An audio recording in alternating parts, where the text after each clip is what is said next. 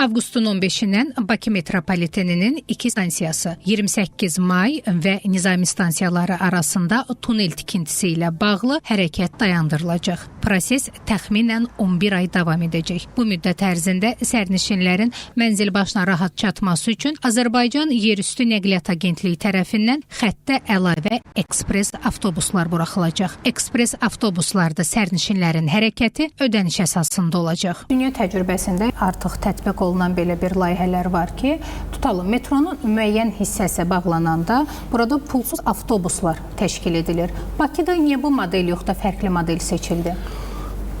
Belə modelin tətbiqi, Səbinə xanım, ümumiyyətlə qapalı məkanlar olan yerlərdə və yaxud da bir məkana aid olan bir yerdə tətbiq olunması rahatdır və mümkündür.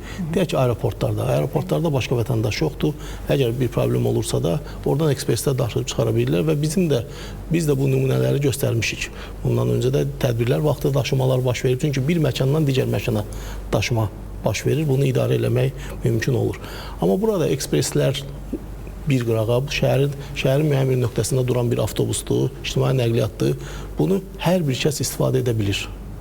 Burada ona görə də bu axım metrodan mı gəlir və yaxud da ki, istənilən digər vətəndaşdır, bunu ayırmaq qeyri-mümkün bir şeydir. Amma aeroportda məsələn bu mümkündür və yaxud da limanda mümkündür.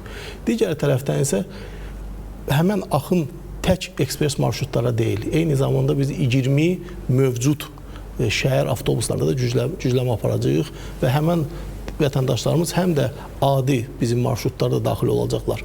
Bunların içində də bunu idarə eləmək kifayət qədər çətin bir prosesdir və ona görə də eyni zamanda dediyim kimi bir axının da parçalanmasını da qarşımızda bir məqsəd idi deyə ona görə bu modelə üstünlük verildi. Azərbaycan Yerüstü Nəqliyyat Agentliyinin sədri Anar Rzayev və Bakı metropoliteni Qapalı Səhmdar Cəmiyyətinin sədri Vüsal Aslanovla geniş müsahibə bu axşam saat 21:00-da Real TV-də yayımlanacaq.